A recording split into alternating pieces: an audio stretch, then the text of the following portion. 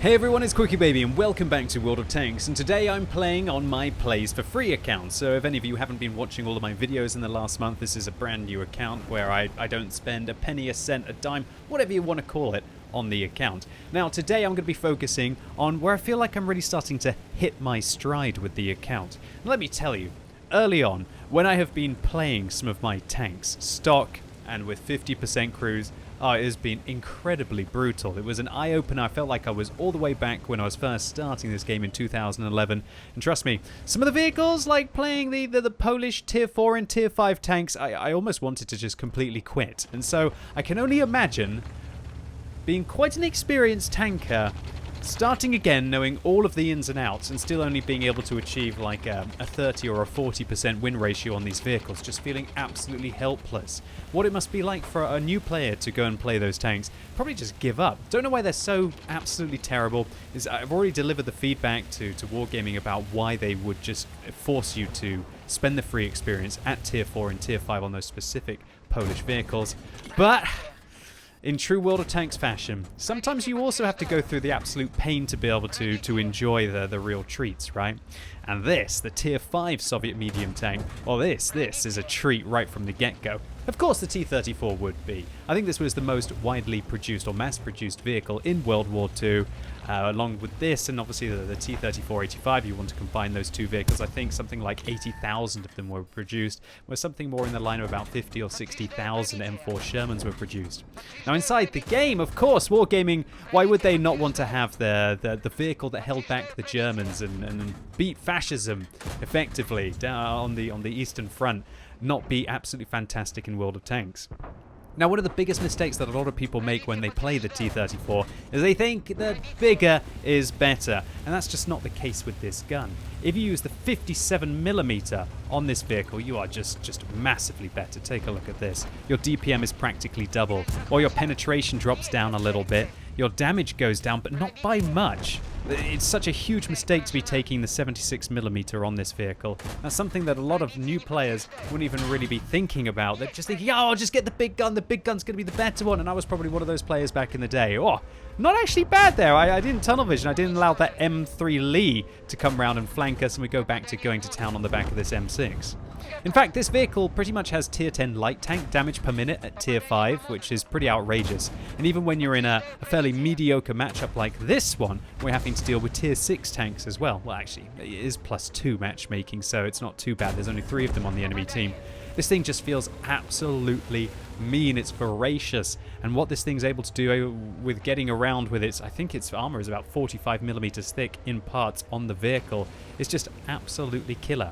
Now 45mm doesn't sound like a very good thick armor, right? But it's the fact that the armor is so slanted, and that's why this thing was able to be produced so much inside World War II.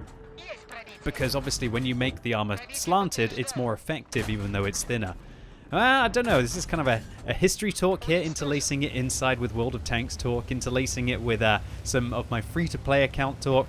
All I'm saying is that when you finally do get some of these vehicles unlocked, even though I'm not using premium consumables and I don't have a crew with brothers in arms, I have used the female crew members from this awesome winter event to be able to put them in vehicles that I want to grind along the line. So definitely it helps to have a female tanker in there already with 6th Sense, although haven't really had to use 6th Sense in this battle. It's been more of a reactions battle and just trying to outgun our opponents. I definitely do notice, though, without things like a premium consumable and without snapshots on your gunner and brothers in arms, that the bloom on the reticle is just so much more. It makes me realize just how much this game is pay to win or play to win, whatever you want to be calling it. I think the crew skills in the game are more of a play to win aspect, but they do definitely help. We're talking about kind of 2 or 5% differences here, right? If you've got a really experienced crew compared to a fresh one in pure combat capacity. And it undoubtedly helps.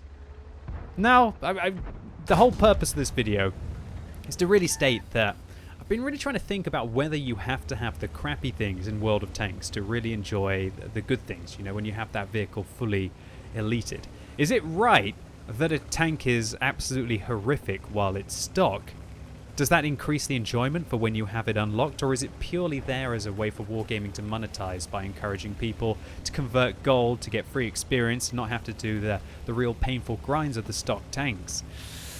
It's a tricky decision. I think that the vehicle should be a little bit worse at first, and then you should definitely get better and be able to unlock new modules on the vehicles that allow you to play in different ways. But I just think there's absolutely no excuses for how bad some of the tanks are. One thing I've been noticing since I've been playing up the Soviet line is that a lot of the modules are shared between the medium tanks and the heavy tanks. And that's something that even as you go up the Polish medium tank line, they don't even share guns between the vehicles. If you unlock the 76mm, or should I say the 57mm, I think, on the KV1, you can use it on the T-34 right from the get-go without even having the tracks of the turret, which makes this vehicle absolutely incredible for a player who has made their way up the Soviet heavy tank tech tree first for when they get it. And the T-150, the Tier 6 Soviet heavy tank, is no better example than the pains of playing a tank pretty much stock. When you first get this vehicle, you're kind of making a decision. Do you want to use the 122mm on the tank, or do you want to use the 85mm? And you're pretty much driving around with armor that's similar to what you had on the previous tier, although now you're usually having to deal with Tier 7 and Tier 8 opponents. It's absolutely horrible. Your view range isn't good. Your armor isn't great. You really feel like an absolute useless bag of hit points for the enemy team to feast on. But then you unlock the 107mm gun on this vehicle, which is the same gun that is used on a premium tank 2 tiers its superior, the KV5. And suddenly the T-150 doesn't look so bad. This 107mm packs 300 alpha damage. When you get into a matchup like this, where you're against pretty much equal and just one tier lower opponents, you're taking off most of the enemy's hit points, of course, if you do manage to hit them. Now, exceptional crew skills and things like gun-laying drives and improved vents on this vehicle, which I don't think I yet have unless I manage to purchase them at a discount, really do help with the horrible aim time that this vehicle has. Nevertheless, when you do connect a shell, all the enemies are going to know about it. Oh yeah, 304 hit points. That is 2/3 of the hit points of the Skoda T24 taken away. And so it just means that this vehicle can finally start to have a role, which is to out-trade its opponents. Now this 107mm, when I'm talking about it, about being on a vehicle that's 2 tiers higher on the KV5, that sounds pretty outrageous. But do you know that this 107mm you can also mount on the KV2? And of course, interchangeable guns, one of the best things about the Soviet tech tree, that when you unlock a gun on one tank, you can use it on the other to be able to unlock modules on that vehicle as well. Maybe you want to use the 107mm that you unlocked on the T-150 to unlock the 152mm on the KV2, for example. But this gun, back in the day, used to actually be on the Tier 5 Soviet heavy tank, the KV. That's right, it was just called a KV. It wasn't called a KV1, it wasn't called a KV2, it was just a KV. And it was effectively the KV2 at Tier 5, and it was absolutely hilarious what that thing could be able to do. I've actually got a video on this channel that you can check it out to see what that vehicle was all like before it was nerfed. Alright, so more about talking about hitting my stride, what I feel about it on this account. Now, a lot of people were kind of watching my early, well, should I say, some of my streams after, you know, the week of premium ran out, after I was no longer playing the T-34-85M. And I was really struggling towards the end of last year on my free-to-play account. It was absolutely brutal stuff, if I'm honest with you. And that's because I was trying to go up a whole variety of tech trees. I was using pretty much 50 or 75% crews because I wanted to get, you know, that full tanker experience. I didn't have equipment on any of my vehicles outside of practically a pair of binoculars, and if I was lucky, well, obviously a camo net and a toolkit, but if I was lucky, maybe I would buy the vents if they were on a discount from some equipment sale, or you can buy cheap vents for only about 25,000 credits when you think about it on some of your real lightly armored vehicles. But it was an absolute mare, and you just realize how much this game is completely stacked against a new player, of all things. It makes me think about why we need to even have these 100% crews. Shouldn't, like, maybe something the 75% be the default? Why does it need to be that you have to, I guess just for the convenience and for the microtransactions, to have that little bit of an advantage, right? But when you think about it, it's really expensive if you want to try and unlock a brand new crew with 100% with the gold. If it's a 6-person crew, like I believe the T-150 has, then you're going to be paying 1,200 gold As far as I'm concerned, that's about like 8 or 10 euros just to be able to play a tank, which is going to be pretty much horrific because it's stock anyway, but at least you're not going to have to deal with that. But, oh, horrible stuff. Anyway, talking about seizing the moment and catching our and walking in our stride now. Oh, that 40 TP just got finished off. And the Skoda T24, I'm thinking, is he going to come behind me? Of course, I've got a whole variety of vehicles. But check out this. Oh, bad play there. I actually aimed at the side. And the KV-1S looked like he was over-angling his side armor. But in fact, he was just wiggling himself a little bit, I guess, to try and improve his armor. So well played, KV-1S. And then, bam! RNG slaps us in the face. And I'm just regretting missing that first shell now. Because that second one, that was just bad luck to be able to go underneath the tank. Are we going to be able to finish him off with a third? Well, I guess, you know, aiming is for losers, right? Soviet tanks should just be able to just keep blaring forwards and just firing on the move. Isn't that what you're meant to do, I guess? All right, so now I should go to T25 around the corner, and right now I'm thinking clean up aisle 3. We put one round into the Czechoslovakian medium tank. Or yeah, there you go. It is the Czechoslovakian medium tank, the tier 6 with the little auto reloader, or an auto loader, sorry. But luckily for us, he's not going to be able to load another round in, and we finish him off. And yeah, just a solid round for the T150, picking up 2,400 damage in 5 minutes. Decent stuff for this tank. So this was an ace for the T34. We get a Confederate and a high caliber for that 2,474 damage dealt with 5 kills, 1,336 base experience points, and this would have been a very tasty profit with or without a premium account, as of course I have on my Plays for Free account. Outside of playing during Wargaming, giving away like a day of premium, I'm playing it like I think probably about 75% of people play the game, right?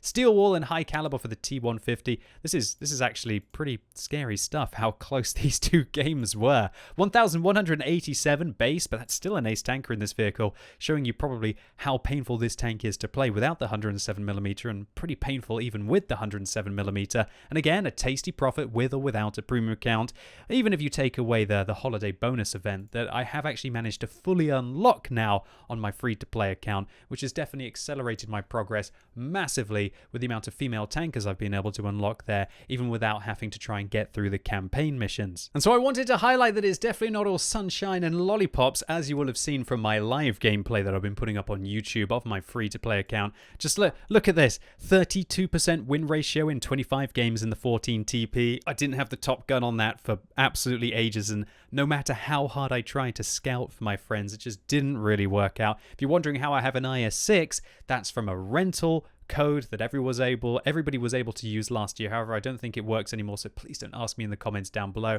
And this is a rental that they gave to everybody who has a fresh account for completing the boot camp. And the Churchill 3, you can get that by using the code WhatReddit2018, although whether that still works when you make a new account, I'm not 100% certain. Now that we stopped the Spanish Inquisition in the comments down below, so you have these just brutal vehicles like the Lago. I don't understand how I was doing this, even though my damage in the vehicle was very, very, very decent in it. The 25 TP was at about 30% wins until I unlocked the Top Gun, and now we're starting to improve it a lot. But interestingly enough, in my Soviet vehicles, which do share modules between the tanks, and you don't have to be playing them stock, yeah, we can do pretty well in them. And so if you're out there struggling your way through some of the vehicles and you're not buying bonuses to be able to unlock the modules really quickly, I just wanted to make this video to let all of you know that it's not easy even for somebody who can do very, very well on their main account. While there are some vehicles that you can probably get about 50 or 60% wins if you're a decent player in, even if they're stock, there are some vehicles that if you try to play them stock with a 75% crew, that, in my opinion, even the better players out there are still really, really going to struggle. And so when you're sitting there looking at your statistics record, seeing 25% wins, 35% wins in a brand new tank, don't feel too bad. Just try and grit your teeth, bear through it, make use of daily doubles, try and make use of 3 or even 4 or 5 times experience events, even if you get your hands on some kind of a personal booster to be able to make that grind a little bit shorter. Anything that you can do to accelerate your progress to be able to unlock the modules without just doing the lazy approach, getting out your credit card and converting some gold to be able to skip it, is really going to make your life a hell of a lot easier.